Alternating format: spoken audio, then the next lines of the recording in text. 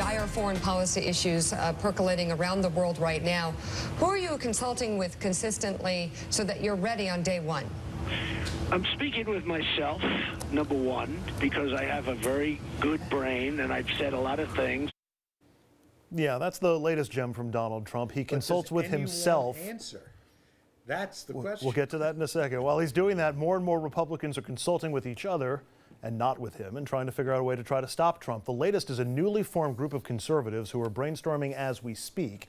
That group is led by RedState.com founder Eric Erickson, and he's looking for a unity ticket. A third party ticket is a possibility. Is there a third party? I mean, how bankrupt of ideas is the GOP at this point? That clearly is not going to work. Yeah, I mean, there have been a lot of conversations going on them. I've actually been part of some of the conversations, but nothing's come together in a concrete way. Maybe Eric Erickson can do that.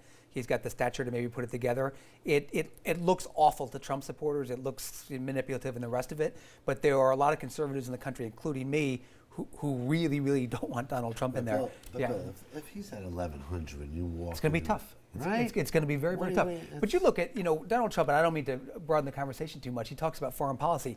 Donald Trump is the kind of guy who could tell you tomorrow, you know what, we're not going to be allies with the Russians versus the Brits. You know what I mean? Like there's no consistency in this guy's thinking whatsoever.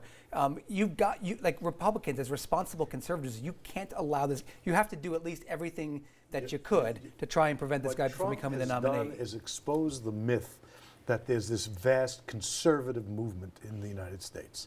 What passed for a conservative movement had some ideologues, the intellects that you're talking about, but it was mainly a lot of disaffected people. And their disaffection allows them to support a guy who said nice things about Planned Parenthood, who's against free trade, who kind of wants to tax the hedge fund guys. Trump is not a conservative. Bill and his remnant are exactly correct, but that just shows that the conservative movement has been vastly overstated. It was mainly about anger and a feeling of delegitimizing, or being delegitimized. It was never about ideas and ideology. Bill, is there anything to that? Because Trump is not spouting conservative party line. I mean, I think to an extent there's certain truth there, where a lot of people that consider themselves conservatives don't really understand what conservatism is. A lot of people who are just angry at the status quo think that's conservative.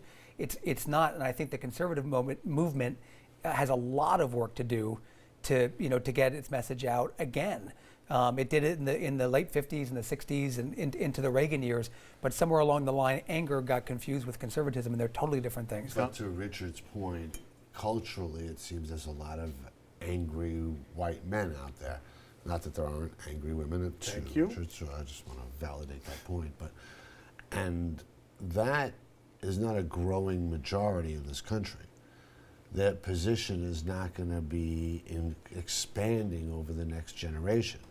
We're going to become a country that looks a little different than the country of our grandfathers, and that's to our credit. But young minorities aren't exactly happy either right now. There's a lot of angry people among young minorities. And that's what's interesting. Yeah, but they go to Bernie. They're not going correct to Trump.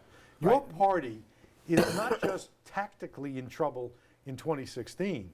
The long-term strategic direction of the party is awful. Is in play. Is in play. Okay. In play is Yiddish for awful, right? No, it's to be decided. I mean, we don't know where this is going to end up. I don't think anybody can honestly say they know where it's going to end up. But there are a lot of people of goodwill who are trying to work to make it end up in a decent place. I mean, I'll just leave it at that. Some of the demographics that are growing in our country, you're in the danger, whether it's Cruz or Trump, at being 80-20.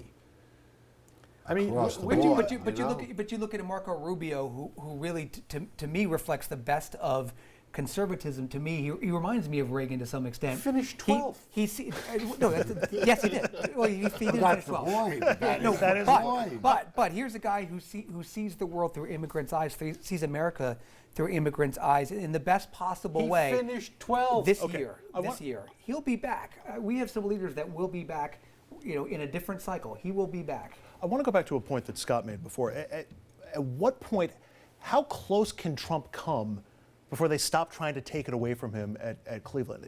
If he needs 1237, I think that's the number, right? 1237. If he's at 1236, Dominic, do you think they launch this effort? Do you think they keep going? At what point is he safe? No, if he comes anywhere over 1100, I just don't see the party.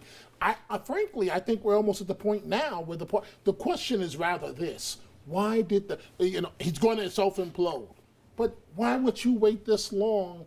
When No question. It's not self-employed. It doesn't matter. When they No, but I think run everybody ads assumed he against would. them, he improves. This is They true. didn't wait But too if long. no, it's the weirdest phenomenon ever. But if Cruz goes into the convention with momentum, not as many delegates as Trump, but if he's winning Ted Cruz. Wait, so Ted Cruz. So wait, so maybe I'm not hearing this right. You're telling me the party would rather have Absolutely. Ted Cruz? I'll take Ted Cruz. He's You a just had traditional Lindsey conservative. Graham It's flip you and and go your for Cruz remnant, today. you're talking that's for. true. I will take Ted Cruz. He's a traditional conservative. He stands for a certain set of principles. He's a he wasn't my right-wing first choice, nut. but the party could absolutely live with him. If he goes into the convention with momentum, with maybe not as many delegates as Trump, but if he has momentum, there's going to be a rationale for him. Yeah, start picking up those Senate seats. That's right. New York votes next month, and for the first time, First Hispanic president, possibly. for the first time in recent memory, New York's actually going to be involved in the primary. Usually, the state is so late in the season that it almost doesn't matter. Is Trump's counting on New York and Pennsylvania, and New Jersey and California even later in the cycle? Is Trump going to win New York? Is this going to be Yes. Kasich area? He's going to win New York massively. Hands You really think so? down. You Oh, really no, think I'm so? talking about in the primary or in the general? The primary. Come The on, primary. In the primary? In the primary. Primary. Oh, massively. He's winning. He's correct. winning by 30 Right, something he's points correct. in the polls. Yeah. Well, let's remember what the things that Ted Cruz has said about New York. Have we forgotten that? No, but John Kasich is still on the ballot. I mean, you would think John, for a more moderate state like New York, I don't see how Trump is stopped at this point. I just Yeah, don't he's see not it. gonna be stopped. You Why? look at the states that are left out there. He's You look not at the stopped. poll If- numbers. if I mean, Donald Trump Bill's may have a wins- roadmap, but I don't see it. He's over any number that you can stop. I'm going to keep trying. If Richard? Donald Yeah, you Trump wins in New York, it establishes what we were talking about before. There are no moderate Republicans It's in New home York state. already. It's his home state. That- He's been in this media market for 30 years. It's name recognition. Are you kidding me? It's name recognition. You get Carl Palladino and Donald Trump. What do you need? A bulletin board saying it's over? I'm blowing past my break here, but I want to get back to Dominic's point, which is why Republicans have been so bad at handling Donald Trump and all this. Now we're down to 3, and you have Cruz and Kasich firing at each other instead of going after That's Trump. not. Donald Trump is doing well because people like him. Don't look at this as a chess game. Really? Of course. It's like you can't ignore the That's fact the voters. that but there's somebody out there that's saying rah rah Donald Trump. However bizarre and however us intellectuals don't want to deal with it. But you got to remember, counterintuitive. he's Bill left. Donald. doing it. You got just a little dose of reality. Donald Trump, and he may win this thing. Absolutely, he's favored to do it. He's only won 36% of the Republican vote so far.